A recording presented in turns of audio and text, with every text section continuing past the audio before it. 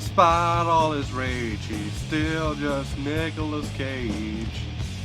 Despite all his rage, he's still just Nicolas Cage. And someone will say his career can never be saved. Despite all his rage, he's still just Nicolas Cage. Hey guys, welcome to Just Nicolas Cage, where I very slowly work my way through Nicolas Cage's filmography. Today I'm doing something a little bit different. On September 26th of 1992, Nicolas Cage hosted Saturday Night Live, and today I'm going to take a look at that episode. For those who don't know, SNL is a sketch comedy and variety show that's been running since 1975, in which a celebrity guest appears alongside a revolving cast of comedy performers. Nowadays you got guys like Kenan Thompson and Pete Davidson, but we're going back to 1992 when the cast included Dana Carvey, Chris Farley, Phil Hartman, Chris Rock, Adam Sandler, and Rob Schneider, among others. Okay, I'll be honest, I'm not too familiar with SNL. Of course I know of it, but it's not really a big thing here in England, but obviously it's massive in America. When I was younger, my uncle showed me this DVD that was like best of Will Ferrell in SNL, and I was obsessed with it. I especially like this one where him and a woman were performing songs at a drug awareness assembly. But that's pretty much as far as I go with SNL, aside from the odd clip that I find on YouTube now and again. But anyway, let's dive back to the first and only time Nicolas Cage hosted SNL. So a staple for SNL is for the host to perform a monologue near the start. It's basically a little stand-up routine to kick off the show. So Cage comes on rocking a turtleneck and a suit jacket, and the joke I guess is that Nicolas Cage keeps talking about Sarah Jessica Parker's boobs and Cher's ass. The last film I had that much fun on was Moonstruck, because I mean Cher has this really incredibly beautiful ass. I mean it's so great. Then the producer Lorne Michaels calls him off backstage and tells him that these jokes are sexist and offensive. And then Nicolas Cage goes, I know how to rectify that. And he goes back on stage and goes, one thing I forgot to mention, James Caan is also in the movie, and he has the best ass. Believe me, Cher's got nothing on James Caan. And that's pretty much the whole monologue. I did kind of like the gag of while Nicolas Cage was bombing, Chris Farley was the only one that supported him. Hey, the monologue's going great, man. But overall, for a monologue, this was pretty disappointing to me. I was hoping we would get a little bit of more of a stand-up style from Nicolas Cage. But this is just basically a one-note skip. I watched a few other SNL monologues, and often they get quite personal and introspective, tailored to the person that's performing them. Maybe if Nicolas Cage had a history of objectifying women, this would make more sense. But as far as I know, he doesn't. And if you took out the quick reference to Sofia Coppola, and you changed the name of the co-stars he mentioned, this monologue could literally have been performed by anybody and it wouldn't have made a difference. If I was writing Nicolas Cage's monologue, I would have had him do something like, so a lot of people who watch my movies like Vampire's Kiss think I freak out all the time. I got this reputation of being crazy. But really, in real life, I'm a chill guy, of course. I'm very calm. And then an intern comes and gives him coffee and he like freaks out. What the hell are you doing? This is cold. Ah. You know, something like that tailored to Nicolas Cage's persona. So Nicolas Cage appears in 3 sketches, one of which he's barely in. I don't know how many sketches a host is usually in, but that seems pretty low to me in an hour-long show. One of the sketches he's in is called Tiny Elvis, in which he plays a tiny Elvis. And the whole joke is here that he comments on how big things are compared to him. Hey, Sonny, Red, look how big that lamp is, man. That's huge. That's righty. But he doesn't like being called cute. Hey, man, I'm not cute. I'm a black belt in karate. I got a good mind to climb up your shirt and give your lower lip a roundhouse kick. And I hope you like that joke, because they do the exact same gag again right after. Hey, man, look at that knob on that radio. Man, that is huge. Man, what's this buttercup stuff, man? Oh, we're sorry, Elvis. We thought you was asleep. What, you doing it again? Who's a buttercup, me?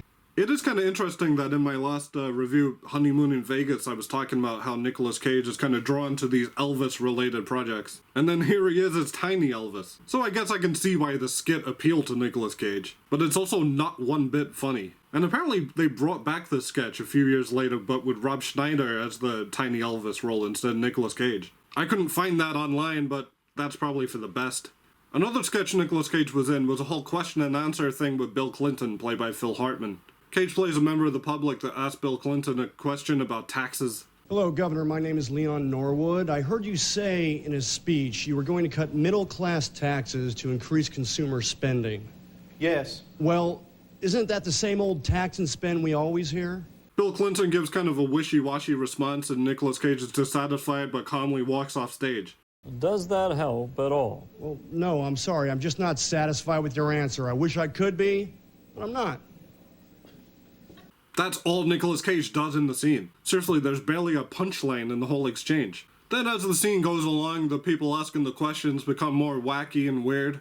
So why did they give Nicolas Cage such a boring part? I guess his whole part might have been the setup for the sketch to escalate. But why not get like Rob Schneider to do that and then Nicolas Cage comes on as one of the wacky people? Also, I don't know who this woman is, but she sucks. I'm young, man. I should have stuff too. Where's my stuff? The third sketch Nicolas Cage was in was about him discussing baby names with his partner. But every time she brings up a name, he tells her how that name could be used to make fun of the kid. Hey, William. William. Good. Willie. Wee Willie. Chilly Willie. Willy Wonka. Hey, where's your chocolate factory? Oompa Loompa. Every day of his life. Like most SNL sketches, it's the same joke over and over and it's longer than it should be. But I kinda like this. At least the joke that's being repeated was kinda funny to begin with. And Cage fully commits here. The sketch finally plays into its strengths. And the whole big punchline at the end of the sketch is kind of funny too when it turns out that Nicolas Cage's character is actually called Osweepe, but it's spelled asswipe. Dear Asswipe and Emily, congratulations on your upcoming blessed event. All our love, Bob and Diane. Here you go, sir. Thank you. Excuse me. By the way, that's Osweepe. What? Apparently this sketch was written by Bob Odenkirk, which kind of explains why it's so much better than all the others. Like I said, it's longer than it needs to be, and The Simpsons kind of already did it. But out of the whole hour-long show I watched, this is the only sketch I liked. Some of the other non-Nicolas Cage sketches included a weird parody of a Calvin Klein perfume ad, where it was a perfume for dogs and a guy made out with a dog. I don't know what the hell that's about. The opening sketch was Dana Carvey as Woody Allen at the premiere for his movie Husband and Wives. I guess the joke was how awkward it was that this movie came out after Woody Allen and Mia Farrow got divorced. But it really doesn't go anywhere. Adam Sandler shows up as Tony Roberts, who I had to Google who that even was. Phil Hartman shows up as Frank Sinatra. I guess Frank Sinatra and Mia Farrow were married at one point. But according to Wikipedia, they'd been divorced 24 years when this aired. But I think they were just like, Phil Hartman does a good Frank Sinatra, let's shoehorn him in. There's also the Weekend Update, which is another staple of Saturday Night Live. It's where some of the cast make fun of the news. This might have been my least favorite part because it was just a series of topical jokes of the time that I couldn't relate to. But I can't really complain because the whole point of this part is to make fun of the recent news. Chris Rock had a funny little part where he just went on a tangent about Snoopy. Adam Sandler shows up as Opera Man, where he also covers the headlines, but he does so while singing in fake Italian. Lenocino e produce mucho closo, mucho baffo. El picaco ultimatum lenocino blow her off. I could barely understand these topical jokes when the comedians were speaking normally. Now this is like trying to decipher a riddle in another language. Also, for some reason, when that part ends, it cuts to Nicolas Cage and Cher. And this really baffled me. I guess it's a reference to Moonstruck, because Cher and Nicolas Cage go to the opera, and Adam Sandler is being an opera guy. But the clip that they show isn't from Moonstruck, I don't think. It looks like it's from the Oscars or something.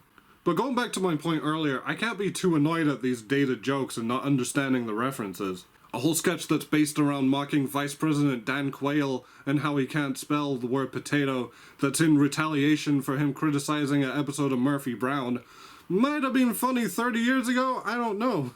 I mean, I don't think they factored in that somebody who was a fetus when this episode was written would be reviewing it 30 years later. But that is kind of the problem with this referential style humor, it has a really short shelf life. I mean, a few months ago, SNL did a sketch about Squid Game, and I was already like, are we still doing Squid Game stuff? And now imagine watching that sketch in 30 years. But also, if the jokes were funnier, it wouldn't matter. There's a sketch I loved when I was younger where Will Ferrell was doing an impression of a guy called Harry Carey. And to this day, I still don't know who that is, but it's still a funny sketch because Will Ferrell is just funny in it. But here it's like, hey, we dressed up Rob Schneider as Woody Allen's daughter/wife, and that's the whole joke. But I will say, even when the sketches were bad, Chris Farley and Phil Hartman were still kind of entertaining. Oh yeah, by the way, speaking of things in the episode that haven't aged well, the musical guest of the week is Bobby Brown. You know, the guy that physically abused Whitney Houston? Oh boy. So overall, no, I don't recommend this episode of SNL from 1992. Which now saying out loud feels so stupid. You know, it's like, is anybody like, oh, I was itching to find out if that was good. But you know, as unfunny as a lot of it was, I'm still glad I watched it. I wanted to see how well Nicolas Cage meshed with the sketch format, especially because his first acting job was in a sketch show called The Best of Times. I reviewed it.